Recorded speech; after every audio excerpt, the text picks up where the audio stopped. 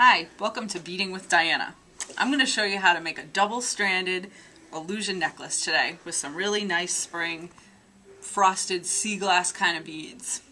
And if you want to take a look over here, these are the beads that we've chosen, and I'm going to show you all the tools and what you need to do to make this. So first we're going to start by cutting some wire, and I do not measure things, so I'm just going to cut what I think is about right.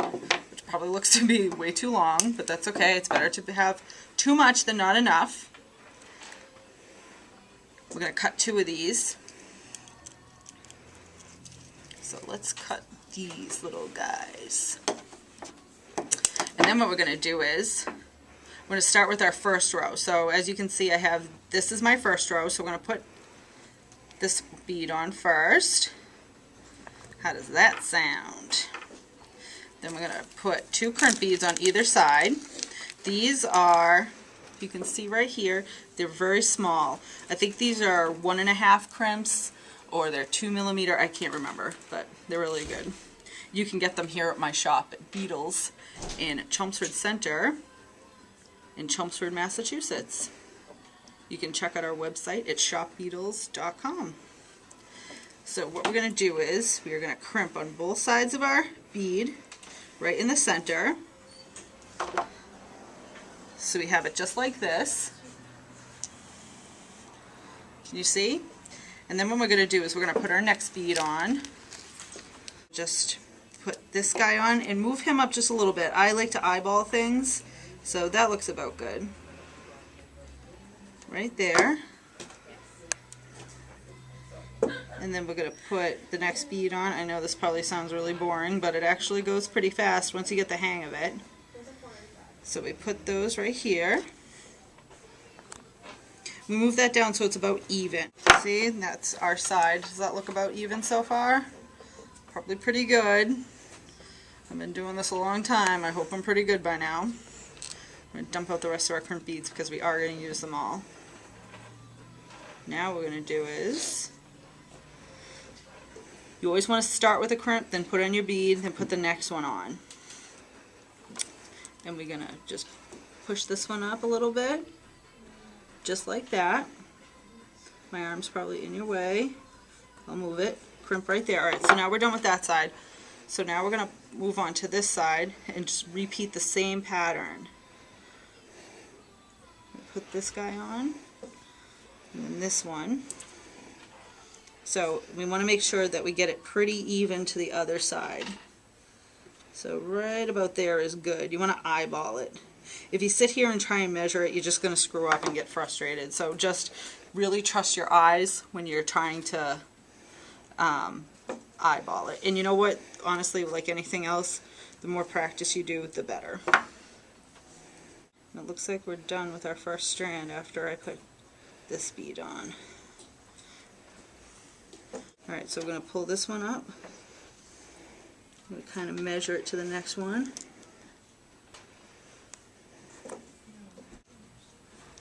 I'm just going to hold it up so we can kind of see where it's going. Push that up there. See? And we have our first strand. Not too shabby, huh? Alright, let's move on to our next strand. I like to make them so they're a little bit different, but yet they go together. Makes it more interesting. So again, we're going to start with our center bead. I'm going to put it right in the middle of our necklace. I'm sliding all over the place here. It's like a slip and slide. Okay, so we're going to put that there.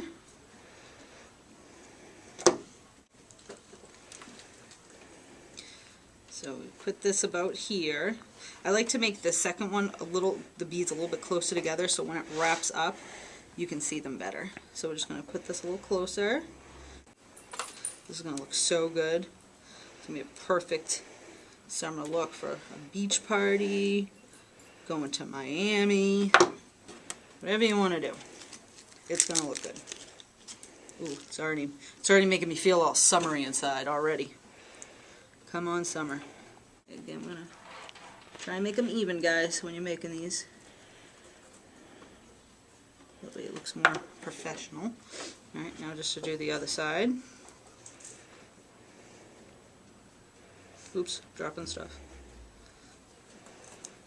I have butterfingers. Put this here.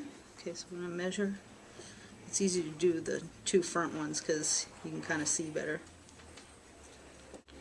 You can find all these beads at our shop in Chelmsford and in Rockport, Massachusetts. You can find all our information at shopbeadles.com. Store hours and whatnot. Alright, so now that we're done with our 2 strands, see, that wasn't too painful, was it?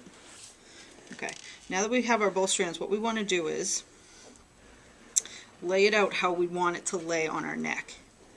So I kind of like the bottom one to be a little further away from the top one. So I'll lay these out. That looks about straight. Okay, so what you do is you guide your fingers up and put the crimp bead on. This is going to take 2 crimp beads. Alright. So what we're going to do is just pull this up a little bit more. Okay, and then we crimp with flats because that'll keep the strings in line. If you use crimping pliers, it could get them out of order, and you don't want that. So what we're going to do is we are going to do the same thing on the other side. Put the crimp bead on. And you want to move it down so it's about the same length as the other side. So you kind of hold it up. This needs to be a little higher. That's perfect. So we crimp that right there. Now what you do is, now that we have it, now you can kind of play with it because now it's okay. You can do whatever you want to it. What we're going to do is we're going to cut one side. I'm going to cut one string off from each side, so we're only dealing with one string. Yes, it's just as secure if you did both. It does not matter. If your crimping is tight, you're fine. We're going to close off with a crimp cover, which are these little C-looking things. They look like little C's. We put it in our in our flats like this. And then what we do is we put it around our crimp bead. I'm sure my hands are in your way, but put in your crimp bead like that. So you have a nice round ball. I don't know if you can see that. Let's see. See how it's nice and round? Let me do it to the other side. We put it around this one. Okay. And then what we do is we put another crimp bead on. I'm going to end this with a lobster claw. It's best to end the illusion necklaces with lobster claws, a clasp that really closes, locks shut, so they don't slip out. I don't recommend toggles for this kind of necklace. The lobster claws work the best. It doesn't matter if it's big or small. So again, use the flats. 4mm crimp cover is really best. You can really cover everything and they look really good. That's just my recommendation. And then we do the lobster claw.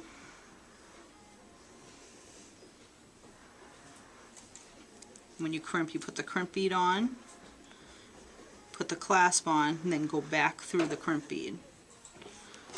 And then you go crunch that really tight, because you don't want it falling out. And then just cut that off.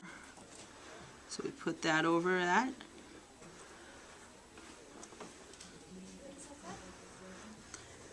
And then we just put this over here.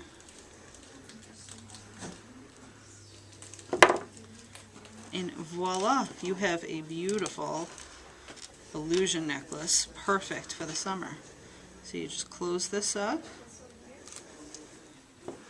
And look at that. Absolutely beautiful. Not too bad. Well, thanks for joining us for another episode of Beading with Diana. We hope to see you soon and we'll make some more beautiful jewelry.